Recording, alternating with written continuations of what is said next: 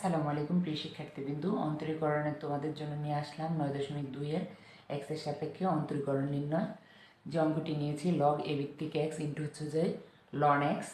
এইটা অন্তরীকরণের ক্ষেত্রে একটি সূত্র প্রয়োগ হয় ইউ ইন্টু হচ্ছে যে ভি এর। কারণটা কি, লগ এ ভিত্তিক এক্সকে অন্তরীকরণ করা যায়, লন এক্সকেও অন্তরীকরণ করা যায়। সেই ক্ষেত্রে হচ্ছে যে সূত্র যেটা প্রয়োগ হবে ইউবি। তাহলে সূত্রটি কী হবে, ইউ ইন্টু ডিডিএক্স হচ্ছে যে ভিকে অন্তরীকরণ করতে হবে সূত্র অনুযায়ী, প্লাস ভিকে রেখে ডিডিএক্স হচ্ছে যে কি ইউ। এই হচ্ছে তোমার সূত্র। আমরা এখন এই সূত্রটি হচ্ছে প্রয়োগ করব। যার অন্তরীকরণ করতে হবে তাকে লিখতে হবে ডিডিএক্স, মানে হচ্ছে এক্সের সাপেক্ষে অন্তরীকরণ। সেটিকে আমরা হচ্ছে ফার্স্ট ব্র্যাকেটে রাখবো।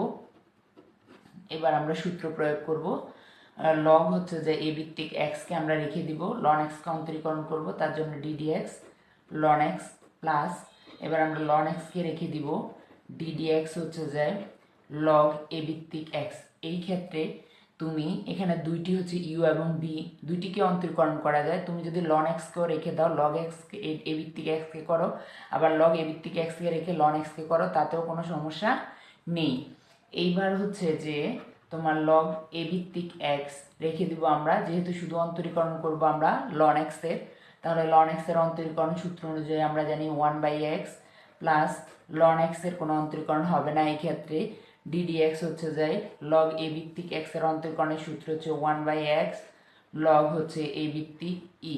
এখানেই তোমার অন্তরীকরণের কাজ কমপ্লিট, কিন্তু আমরা একটু যদি কমন বা সাজিয়ে লেখা যায় সেইটুকু তোমরা করবে। তো 1/x দুটি পদের সাথে আছে, 1/x আমরা কমন নিয়েছি, তাহলে লগ এ ভিত্তিক এক্স থাকে, প্লাস হচ্ছে এখানে থাকে লন এক্স ইন্টু হচ্ছে যে লগ এ ভিত্তিক ই। এই হচ্ছে আমাদের অঙ্ক। ধন্যবাদ সবাইকে।